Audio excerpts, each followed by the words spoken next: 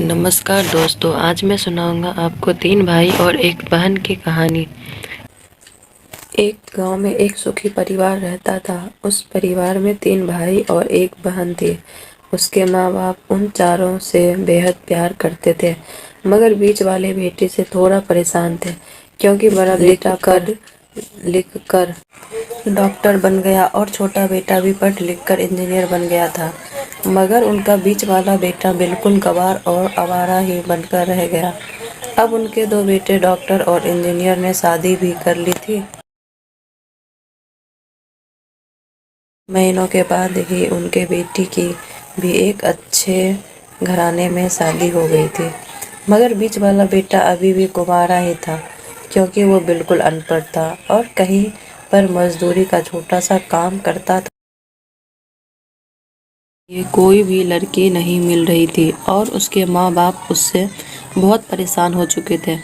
अब जब भी उसकी बहन अपने मायके आती तो पहले वो अपने डॉक्टर और इंजीनियर भाइयों से मिलती थी। बीच वाले भाई से वो बहुत कम मिलती थी, क्योंकि वो उससे ज़्यादा पैसे नहीं दे पाता था, लेकिन फिर भी वो अपनी बहन से बहुत प्यार करता था। अब उनके पिताजी की बीच वाले बेटे की शादी किए बिना ही मृत्यु हो गई थी।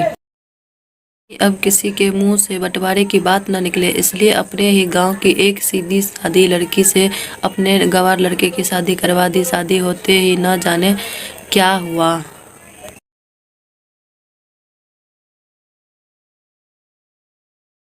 अब उसका अनपढ़ बेटा पूरा मन लगाकर काम करने लगा और पहले से कहीं ज़्यादा मेहनत भी करने लगा। अब तो उसे कोई भी दोस्त बुलाने आता तो वो उसे यही कहता था कि भाई, पहले तो मैं जैसे तैसे अकेला कमाकर खा लेता था, मेरी शादी हो गई तो मुझे अपनी पत्नी के लिए भी कमाना पड़ता है और कल को आने वाले बच्चों के लिए भी तो कुछ जोड़ना ही पड़ेगा। इसीलिए दोस्त, अब मैं तेरे साथ नहीं घूम सकता। ये कहकर उसका गंवार लड़का अपने काम पर निकल जाता है। अब उनके दोनों भाई डॉक्टर और इंजीनियर आपस में ये बात करते हैं कि हम दोनों तो उस गंवार से कहीं ज़्यादा पैसे कमाते हैं, इसलिए अब हम सब घर और ज़मीन का बंटवारा कर लेते हैं। उस गंवार से अलग हो जाते हैं, क्योंकि अब वो हमारे बराबर कभी भी नहीं कमा सकता। इसलिए उन दोनों भाइयों ने अपनी अपनी माँ के लाख मना करने के बावजूद भी बंटवारे की तारीख तय कर दी। बहन को भी बुलवा लिया और अपने गंवार भाई से भी कह दिया कि आज तुम अपने काम पर मत जाना, क्योंकि हम सब आज घर और जमीन की बंटवारा करेंगे। उसी वक्त उसकी बहन भी आ जाती है।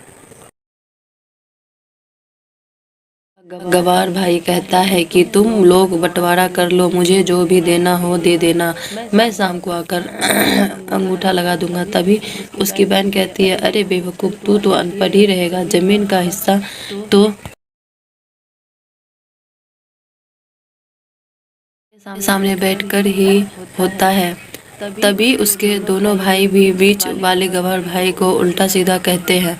तब उसकी माँ भी उसे कहती है कि बेटा, आज तू काम पर मत जा, बंटवारा तेरे सामने ही होगा तो अच्छा है। उसी वक्त वकील भी आ जाता है। तभी वकील कहता है कि आपका सारा हिस्सा मिलाकर 10 बीघा जमीन है और आपका घर है। अब ये बताओ कि किसको कितना हिस्सा देना है, मैं उसी हिसाब से बंटवारे के कागज पर लिख दूंगा।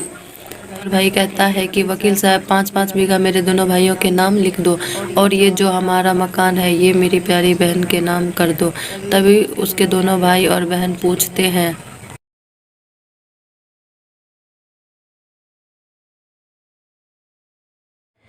कि और तू हिस्से में क्या लेगा। तभी उनका गंवार भाई कहता है कि मेरे हिस्से में मेरी प्यारी माँ है ना। और तभी वो अपनी पत्नी की तरफ मुस्कुराते हुए कहता है कि क्यों मेरी प्यारी पत्नी, क्या मैंने गलत कहा क्या।